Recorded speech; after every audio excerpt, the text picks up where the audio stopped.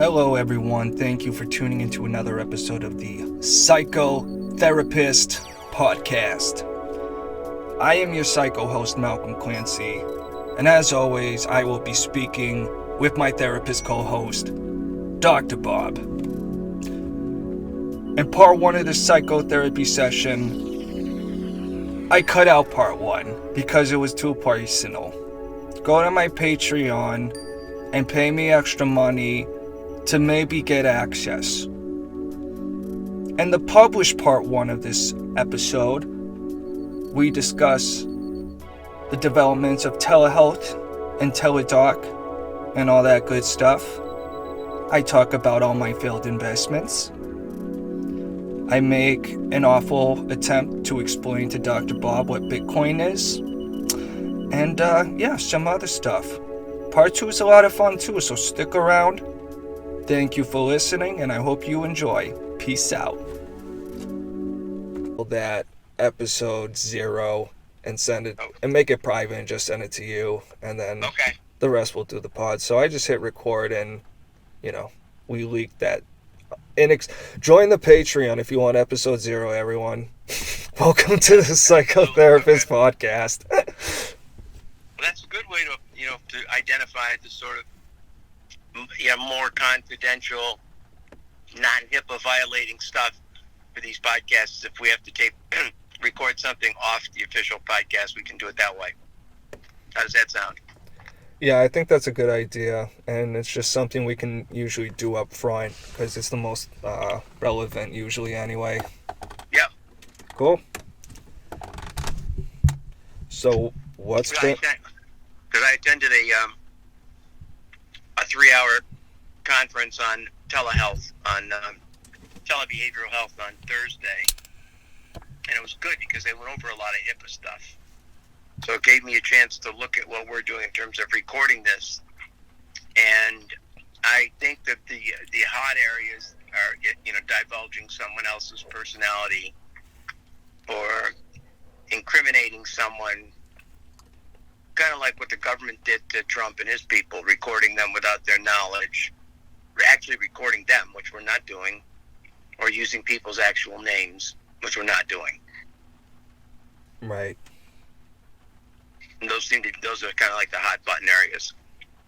Yeah. Can I ask you a quick side question? Do you have any ideas, and full disclosure, everyone, not advice, don't sue. Do you have any thoughts on investing in like teledoc, telehealth kind of products, companies, whatever? Because I figured with COVID and lockdowns, it'd be booming, and I found, one stock, I don't even remember exactly. I think it's like Teladoc Health, but it looked like it was booming at first during the lockdowns, and then I buy into it feeling good about it, and then I drop like fucking 17%. Really? Yeah, so I'm not down. It's actually recovered a little bit, and I didn't put big bucks on it, but I was kind of surprised. Well, telehealth is not just a flash in the pan, and it's not just something that came up to cover the emergency pandemic, as a way to deliver services. In fact, it's projected to be the more dominant form of behavioral health in the future. Already, psychiatrists and prescribers are 90% telehealth.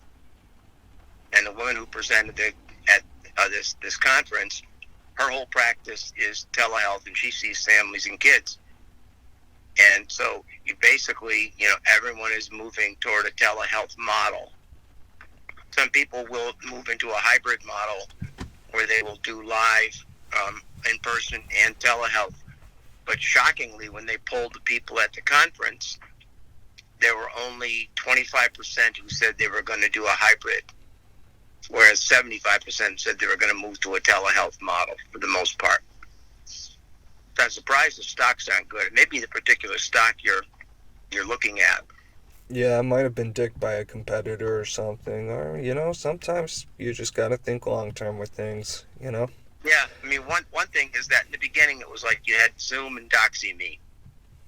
The first one to come out of the gates was DoxyMe, and then it was Zoom. But there are yesterday. If I can ever get these slides accurately sent to me, I can give you the names of the different platforms. Because there are a lot of them. It's very competitive right now. It's a competitive market.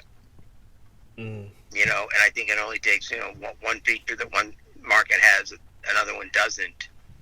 But there's also the amount of apps that have come out.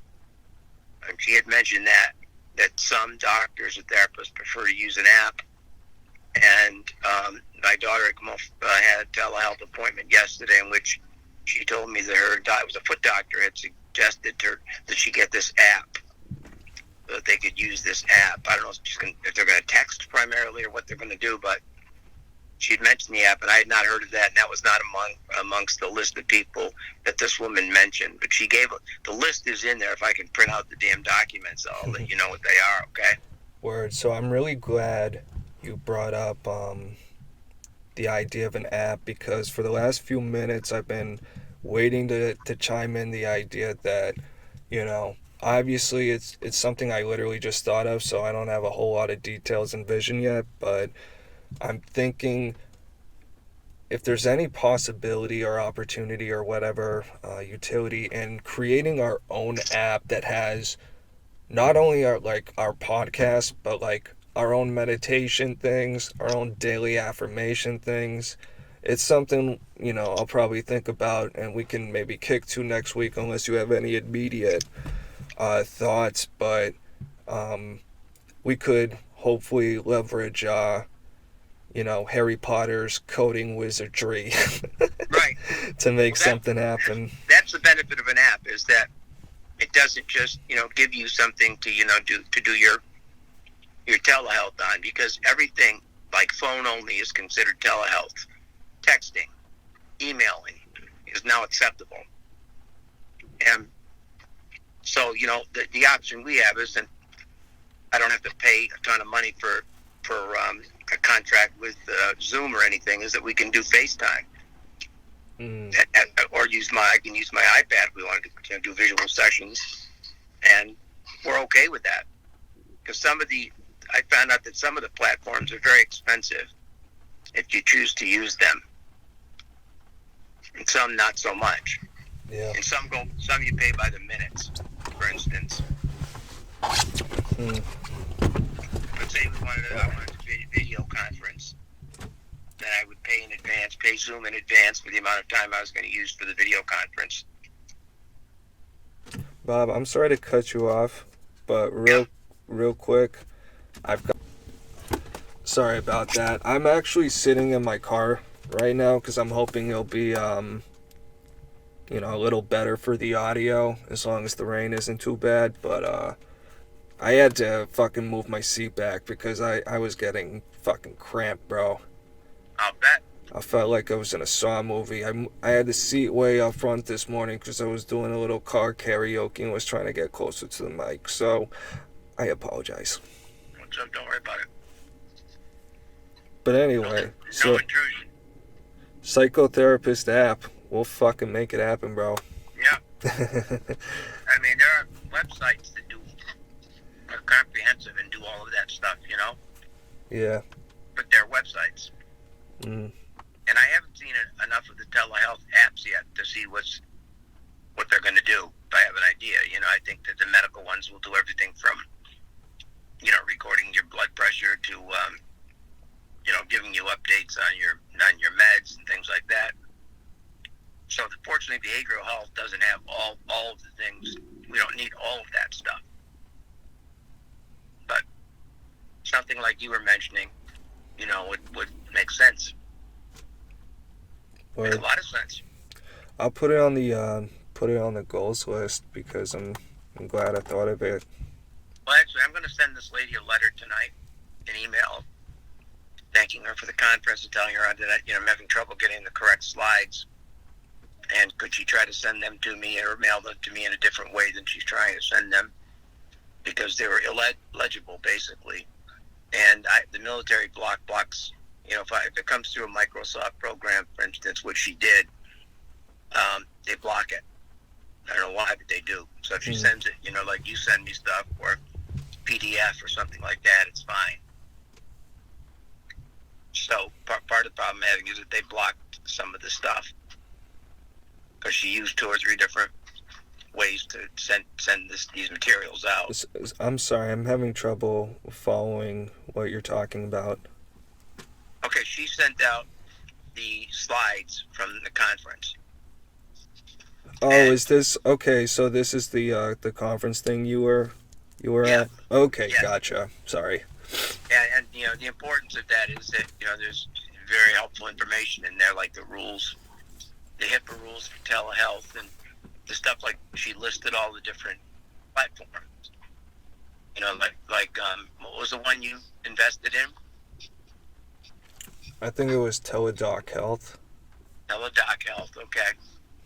So I can give you, at least I think there were like 10 she gave us, and they're very competitive because they want your business. So I think overall, moving forward, telehealth, telebehavioral health in particular, if you want to be more specific about it, most people might just be going for the telehealth, will be a great investment. Yeah. That's not advice, everyone. Don't so. Yeah, no, it's not advice at all. Yeah, I really. Everyone else reiterates that way too much. Like, I don't have any understanding of the law. I've just heard way too many podcasts where anyone talks about investing says no, not advice. Right. And I will tell the audience and you, Bob, just for me personally, things tend to work out better when I don't fucking listen to anyone, period. Because everyone is just guessing. It doesn't matter if they're a schmuck. It doesn't matter if they became a billionaire in 10 years and, retired at 30. It all seems to be a fucking crapshoot to me, but who knows? But you can predict and speculate on general trends and shit. Sometimes if you just use your own mind and your own instincts, you're better off. Not always, but Such a thing sometimes. Overanalyzing, analysis paralysis stuff, Yeah, that's what I try to avoid. Like, as long as I keep a balanced sort of portfolio, where the more I get confident in something, the more I'll, gradually invest in it. So it'll become a little more concentrated over time. But, I don't go, wild all in on anything. Like, I didn't throw, I wish I threw my entire life savings at Dogecoin because my debts would be gone by now, but... I mentioned to you in my email to you, or text you yesterday that I wonder if you could talk about Bitcoin and some of that stuff for a couple of minutes because I'm quite naive, and I have zilch knowledge when it comes to investing anyway in general, but I don't follow this, at all. It's very confusing to me. So I don't know if you have a 2-second tutorial that you could throw out there. Well, which part are you wondering about? All of it. So do you know about the blockchain? Nope. I don't even know how to describe any of this shit, so this is gonna be, for dummies, I guess, but... Well, describe Bitcoin, for instance. Yeah. Well, Bitcoin, so I've heard... I'm just parroting a little bit of what I've heard from other podcasts, so I'm not acting like I'm a, nuanced expert on this by any means, but I've heard some argument that Bitcoin came out of basically 2008, 2009, 10, crashed economy or whatever, that people were losing faith in the dollar, that people were starting to wonder about, an alternative that can be more secure, more transparent, because if you have the way you can maybe think of the blockchain, and there's probably a better description out there, but the way you could think of it is almost like instead of having one bank, and your bank can fuck with you and make, decisions or whatever and change the numbers, I guess, if they really want to. I mean, some people wake up with their bank account zero, so I think there's something to that. With Bitcoin, it's like this digital currency that's copied across so many servers on so many continents that they couldn't, like, theoretically, the man could shut it down, but you would need an unprecedented global coordination effort, and good luck with fucking that shit. So it copies all the information, rather in like kind of one central location or ledger or whatever. Every transaction, everything is copied across like a million servers at once, and they all have to match, for any transaction to, like, I guess, be verified or valid or go through. And I don't quite understand. There is some kind of weird hardware element to it where I've heard, for example, someone gave Alex Jones a laptop that had like 1,000 Bitcoin on it back in like fucking 2010, and told him this is going to be the future. Just hang on to these and you'll be fucking rich. And he lost the laptop.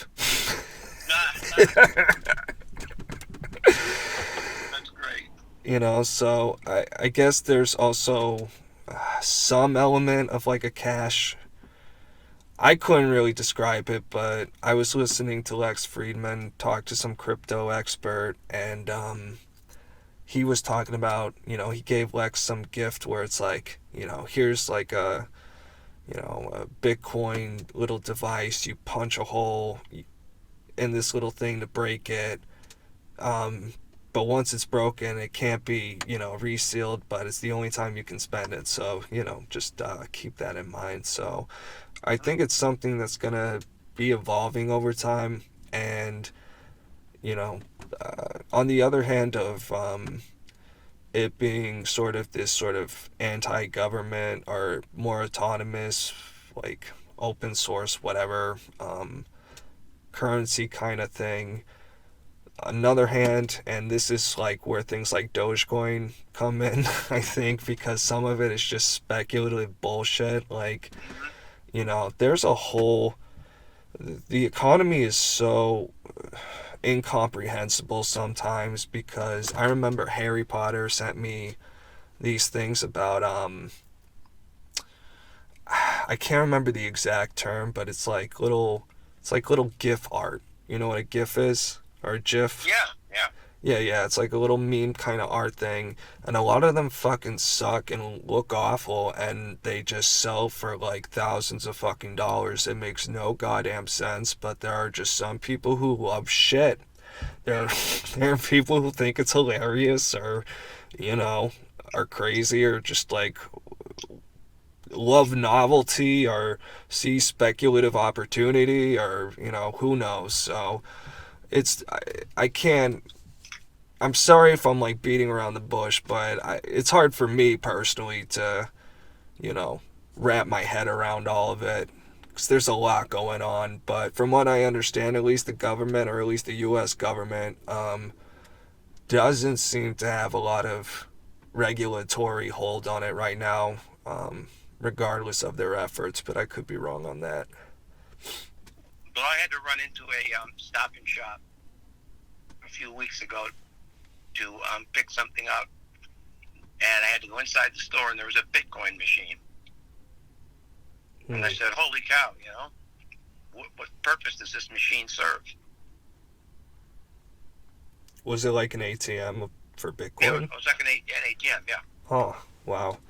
I mean, yeah, that's the other thing too, that some people really honestly believe that it's going to be the future. Like, but there's, I mean, for you or anyone who really wants to like get into the weeds kind of thing of it, Lex Friedman has a lot of good podcasts with like crypto experts. Okay. Have you ever listened to him? No. All right, I'll send you some shit sometime, but okay. He's cool. Okay. But back to me, because my pod is better. Yeah, absolutely. After let me just ask you one question about this cryptocurrency.